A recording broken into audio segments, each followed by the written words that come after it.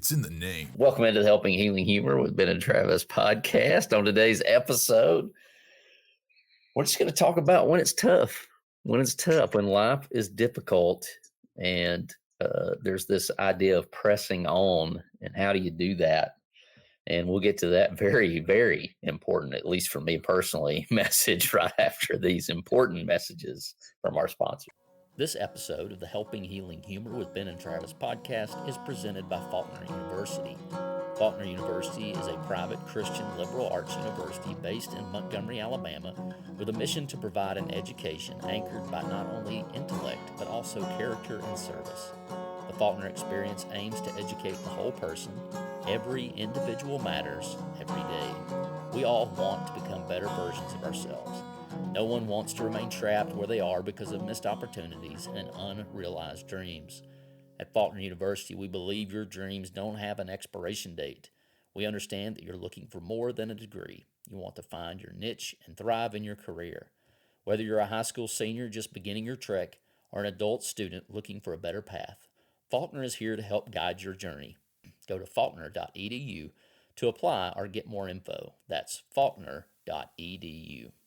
I'm Travis Creasy, Riverside Christian Academy, and all that good stuff. And that's Ben Hayes with Three Chord Counseling in Muscle Shoals, Alabama. Also the preaching minister at Highland Park Church of Christ. Fresh off a trip from good old Mizzou. Yeah. How'd that go, boss man? It was great. Good visit out more west than we are. I don't know if they're considered west. But it was a great visit out there. Got to do a little dove hunting, sat in a tree with someone who was deer hunting. I didn't take any weaponry with me on that trip, but had a good time just sitting in the woods. Had a good time with the gospel meeting each night with the Fordland Church of Christ. Great congregation. If you're ever passing through just a little outside, a little east of Springfield, Missouri, then you should stop in and see the good folks there. Cool little town. Enjoyed visiting with a lot of friends, and especially with the Ray family. Craig Ray and his parents are the ones who put us up, Jim and Jenny, and got to stay with them and hang out with them, hang out with good preacher there, Josh Romo, and all of Craig's family. So good visit, but kind of in keeping with our theme, a little bit of tough times right now for the family out there, as our good buddy Craig has been struggling for several years with cancer, and just didn't get real good news this week. So if you can, just be in prayer for them. But yeah, just it was a great visit. I think good timing. I was glad I got to be there when I was there. So yeah, it's it's just something about being with the Lord's people, not only at home, but abroad. I've been to Summertown, which is not necessarily that far. It is west of here, but it is in the state of Tennessee. And then I went east before that up to Monteagle to be with the Church of Christ there, right off the highway with a good old friend, J.D. Cantrell, or as I like to call him, J. Dizzle Cantrezl, which I'm sure the folks at church there, that's probably what they call him now. That's definitely one of those reminders that the spirit is willing, but the flesh is weak. Because it's always, if you're like me, it gets harder and harder to sleep anywhere else but my house. But the people make it worth it. And of course, the Lord blesses us with great relationships. We've been able to travel all over the place. And then this morning at church, Jeff Taberner from West Virginia and his two daughters came to Riverside Church, and got to go eat lunch with them. And so it's good to see them. But Ben, I'm sure in your profession there with Three Chord Counseling, some of that, and especially church, obviously, is helping people when it's tough, when life is just difficult. And, it's very easy, I feel this way, to let things kind of mount up and build up.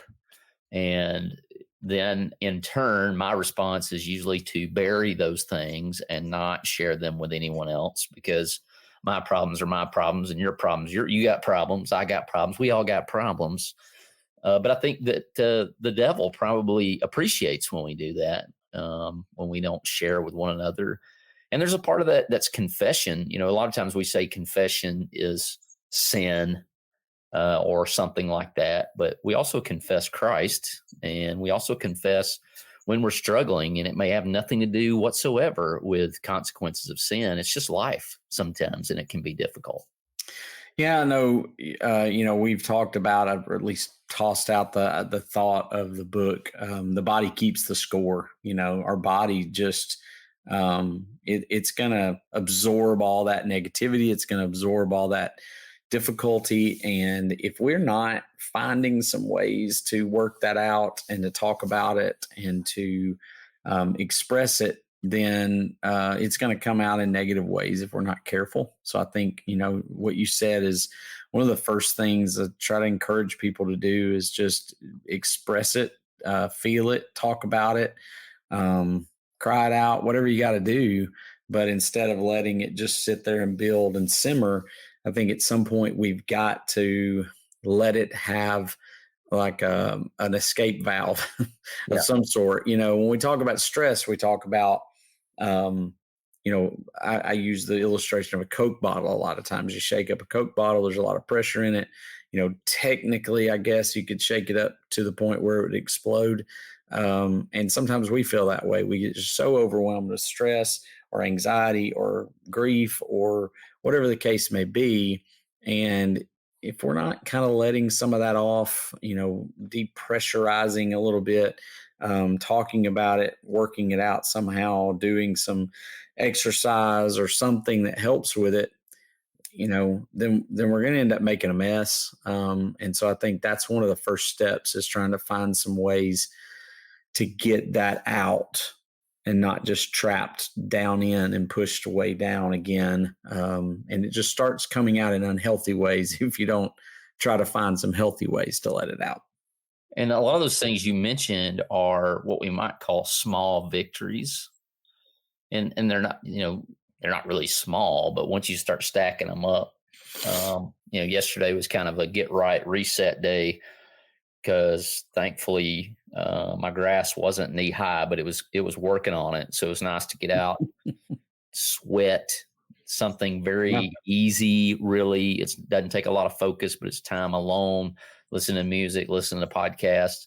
I do the laundry around here, so like, just seeing that basket empty and working Mhm. towards, and try not to think that it'll be refilled immediately as soon as it's emptied. But, it's just kind of menial tasks like that, where it's not taking up a whole lot of thoughts, but you are accomplishing something, can make a huge difference. I've Yeah. heard even in my cancer battle, a lot of it was finding stuff to do where you're not sitting around thinking about it. And it doesn't have to be that big of a traumatic thing. It can just be day to day stuff that mounts and builds up. That's kind of where I am. If I'm just being honest, it's like there's nothing that I can just huge complain about, but it does things stack up. And Yeah. if you can get some of those things off your plate, even the smallest thing, it kind of gets you some momentum going. Yeah. Well, I mean, you think about, most things are a combination of a lot of little things. Now, what usually comes our way is we've got all those little things kind of mounting up, and then something big hits, and then it just all sort of crumbles. We sort of get good at stacking up the little pressures and the little things and finding another spot to put it in, like you're, playing like a reverse Jenga or something. You're trying to find these spots to put the pieces together and hold it all. And then at some point, it's going to find a way to crash if you're not real careful. So I think, whether it's stress at school, which I know you've got plenty of, I sometimes have plenty of, even in the small amount that I'm at school, the stress of church, stress of work for you guys that are out there, stress of relationships. When you really start thinking about everything we juggle, and some people juggle way more than I do, but whether it's certain things at work that they're having to juggle, or it's things with family, or it's things with kids, or whatever the case may be, there's just a lot of things that we end up juggling. And when you're juggling them all, at some point there gets to be too many. And you've got to find a way. I've had to learn, and I'm still not real good at it. I've done a little bit better at it, but learning to say no is a pretty powerful thing. You Yeah. know, I think what you've talked about a few times. I think Karen said, no is a complete sentence. And so, I'm not going to take any more on my plate right now because I know that I've reached my limit, and finding ways to not put extra things on our plate, finding ways to work off some of the stress if it's there. I mean, like what you said, cutting grass or doing something that, some people go, well, that's more work. Well, sometimes that's work that helps though. Hmm. There are some things like that are beneficial. And there's some people who probably hate cutting grass or hate Yeah, doing and that laundry. wouldn't Maybe work. that's not where you want to start, but it is kind of a place where I can get my mind clear, and there's not too many things to run into. Although I have done that before. Um, My wife gets frustrated if I cut the grass because she wants to cut the grass. And Gotcha. so when I get out there and do it, she's like, "Would you please not do that?" Because that's my my getaway. So Yes. Yeah. that's what she Well, you got likes. to have them.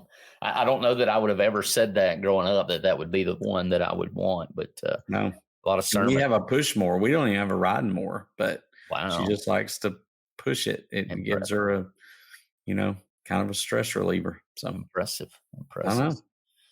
don't know. Bill, when people come to you and they're looking for help with something like this, and obviously it's probably a little more in depth, maybe more traumatic, maybe not, maybe it is a bunch of small things. Is there some advice that you give them, maybe their loved ones or whatever, you know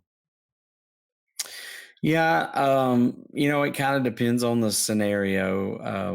Which kind of thing. If it's a stress or a lot on their plate. What we're talking about. If we're just talking about that, where there's just a bunch of things mounted up, I think you have to look at the important and the urgent things. What's most important right now. What are the urgents?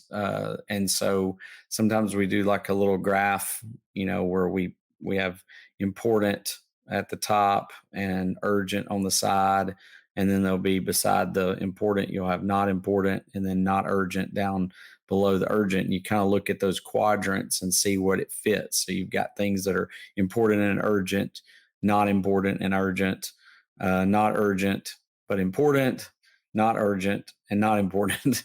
And you try to fit things into those quadrants and go, where does this thing that I'm really stressing about fall? Is it something that's ultimately really important? Is it something that's just super urgent? Is it something that's neither? And just trying to place things in the right quadrants sometimes can help. I did this with some kids, maybe to make it a little bit easier, I guess, to picture. I did 3 file folders with some kids one day, and I said, you know, this file folder represents the past, past things. This file folder represents like right now things. And then this third one represents the things in the future. And so, a lot of times we start getting really stressed about things, even if it's an illness or sickness or something that somebody's going through. And what we end up doing is we start thinking about file folder number 3, what's coming up in the future. And we let that dictate even what's going on right now. And then sometimes we let the past things creep in, stuff that we're irritated about or frustrated about that has happened. And so, what I've tried to encourage even the kids to do is go, okay, look at these 3 file folders and what is it you're worried about right now? And, if it's something that's from the past, we go, well, that really belongs in this folder over here. Let's stick it there. Let's like visualize it being there. This is the one we can't really do anything about because it's already done, but we can stick it over there and we can see it there. Here's a file folder over here that's for the future. And I really don't have much bearing on that either. Like I can maybe plan for it. So maybe the planning for it could go here, but I can't get too bogged down in the future things because I've still got the file folder of today, of Yeah. this moment. And so we try to talk about what goes in each of those things. And so that kind of breaks down important and urgent a little bit, at least goes along with it, because the things that belong today, let's deal with them today. And if you go, hey, that's a tomorrow file folder, then I'll pick that up tomorrow and it will become today then. But, trying to visualize that and help people understand I can't do much about the past. I can't really predict nor do too much about the future. So let's try to stay in the present. We've talked about that a lot of times on here. Yeah, I think even if it's a bunch of little things or if it is something traumatic, we've obviously talked at length about my leukemia battle, but it certainly was overwhelming when I got too far ahead. When I Mhm. started thinking about how long is this going to last? How long is it going to take? What all it's going to be? And it's certainly, I don't know that easier is the better word, but it's certainly simplified when it was, well, let's get to the next 15 minutes. And then when you got a couple of those behind your belt, then you could go a little farther and then you could go a little farther. And it's not that we weren't prepared with our kids or anything like that, and that we didn't have things in place to take care of them if things didn't go well. But it is what you can control. What are the controllables? What are the things I can today? And it's keeping that clear mindset, and thinking about others can be a part of that as well, and serving people. But there are those times where you've just got to be able to, it's like being on that airplane, right? You got to put that oxygen mask on your face before you can help Yeah. really anyone else. Yeah. And I think a lot of things, when it comes to, some of the struggles that you were talking about as well, a lot of it is just being able to let people share, let people talk. The person who's going through the struggle, the family members who are right there beside them, just letting them vent if they need to, letting them talk if they need to. Um, Being patient with people when they go through that, because everybody deals with it a little differently. We've talked, maybe one suggestion might be to go back and find, and maybe we can link it in the notes, some of our episodes about what not to say to people Yeah. when they're going through grief, or anticipatory grief or things like that. We've got a lot of podcasts in the past about some of those topics, but just being patient with people, maybe not saying too much to people, just expressing that you love them, that you're praying with them, that you're there for them. And if you can kind of express that and show love in those times, I think that's really what we're looking for and what we need, more than we need you to tell us what we need to do. And that goes for me too. Yeah. And it's all kind of falls under that category, that really awesome guy who said, love your neighbor as yourself. And just being aware, what would I want in this situation? How would I want that to be dealt with? Although that varies as well. But just asking those questions can somewhat make you aware of what not to say or what to say. But certainly being available.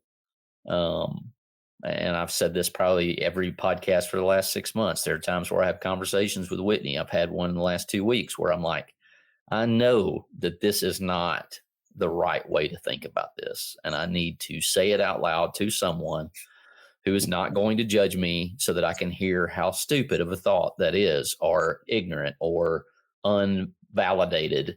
And most of the time I'm right. It's like, I know I'm feeling this, I'm thinking this. I know it's not in line with what Jesus would teach, but somebody's got to hear it.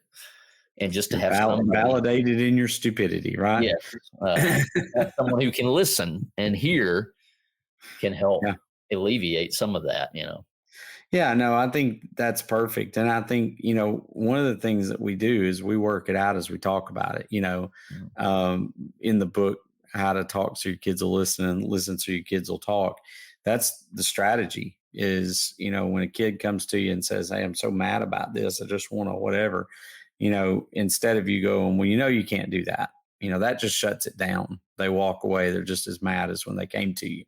But if you say, well, it sounds like you're pretty upset, or I can see that's, bothering you, or whatever, you've just validated that feeling and then allowed them to talk about it a little bit more. They talk about it some more, and you kind of, show that you're listening and that you're paying attention to what they're saying. And they keep on spilling it, and they keep on going with it until they have worked it out in their own mind. And then they can go handle it. But if they come in and you just shut it down, they're still just as mad as they were, and maybe more, because now they're mad at you for not listening to them. So, Yeah. when people come to us and they say something, it's a great time to say, man, I see why that's so frustrating. I can see where you're coming from. Whatever the case may be, just try to get into the mode of empathy. I'm empathizing with you. And I'm feeling what you're feeling. Weep with those who weep, rejoice with those who rejoice, kind of thing, Romans 12, and just kind of be in the moment with them. And generally speaking, people start to sort of formulate a plan without you even having to give them one. They don't really want you to give them one. So, Yeah. Thanks for that great idea that you didn't really give me. Let me exactly. work through it. Yes. Let me work through it. And, people don't always want a pep talk either. I know some people, much like the ladies, I have to decipher, I have to ask Whitney, hey, is this something you want me to fix, or is it something I need to listen to? I think with guys, it's not necessarily, I want you to listen to me, but like, I don't need a pep talk. I just need somebody to hear Yeah. that I'm feeling this, right? And maybe as a guy, I'm saying this, but it seems like guys generally either bury it more, generally speaking, than the ladies do. And we might could take a page from them, but I think a lot of times we don't want to show weakness.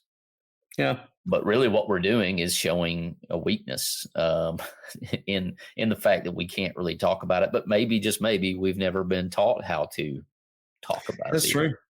And I've been challenged by that in the past, from the standpoint of, we say, well, weakness, would get you hurt, or showing that, you're afraid of what that would mean as a man. But then, when I think about some of the toughest people in the Bible, David comes to mind. I mean, he fought a bear and a lion, and he had, fought a giant. And, I mean, the list goes on about the things David endured and David went through. And yet, David wrote some of the most beautiful poetry that's ever been written. And some of the most, like, in depth, emotional, tough stuff. It was like he was very much in tune with the way he was feeling. And sometimes it was, I mean, it almost comes across as questioning and disputing with God, but yet it's incorporated into the pages of God's word. Because I've said it before, I don't think God so much minds that we come to him with our anger, as long as we're coming to him. Mhm. I don't think he minds if we're coming to him with our sadness, as long as we're coming to him. And I think he prefers that we do that with him, and that we bring those burdens to each other so that we can bear one another's burdens. That's why he gave it to us. And so it feels like it's a weakness, but yet there's some pretty strong dudes that have poured out, some pretty amazing lines. And he's not the only one, but certainly kind of comes to the forefront in my mind because of the book of Psalms. Well, I like that phrase, lean not on your own understanding. Mhm.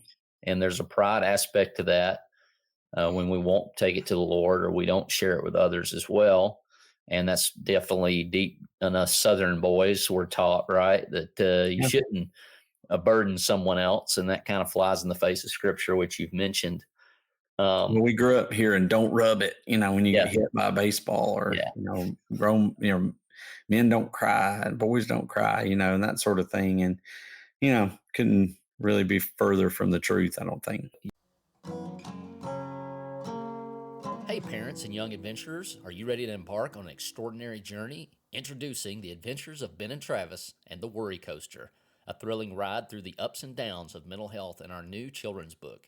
Join our dynamic duo as they navigate the twists and turns of their emotions while discovering the courage to conquer their worries. Pre-order your ticket to adventure now at benandtravis.com/books and be among the first to embark on this roller coaster of resilience. Let's turn worry into wonder and empower kids to embrace their feelings with bravery and hope. Buckle up, it's going to be an unforgettable ride.